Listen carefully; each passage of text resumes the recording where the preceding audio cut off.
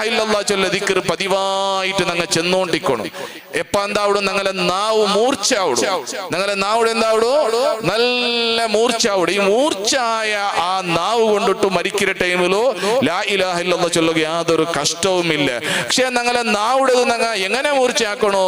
ദിക്റുകളെ കൊണ്ടിട്ടോ സ്വലാത്തുകളെ കൊണ്ടിട്ടോ ഖുർആനുകളെ കൊണ്ടിട്ട് ഞങ്ങൾ മൂർച്ചയാക്കണോ.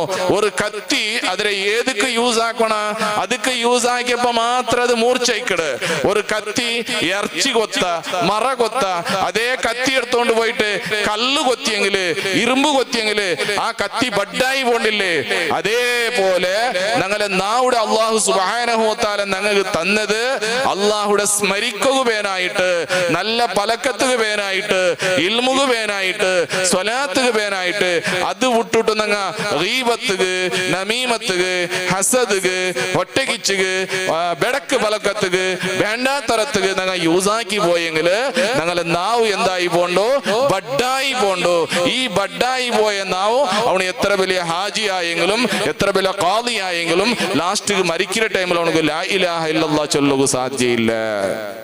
അപ്പൊ ഞങ്ങൾ എല്ലാ ടൈമിലും ഞങ്ങളെ നാവുടേത് ഞങ്ങൾ ജാഗ്രതയാക്കണം. ഒന്നാമത് അങ്ങനെ നാവുടെ ഞങ്ങൾ ജാഗ്രതയാക്കിയെങ്കിൽ ഞങ്ങൾ മരിക്കുന്ന ടൈമിൽ സുലഭമായിട്ട് ലാ ഇലാഹ ഇല്ലല്ലാഹ് ചൊല്ലുക സാധ്യമാവുള്ളൂ.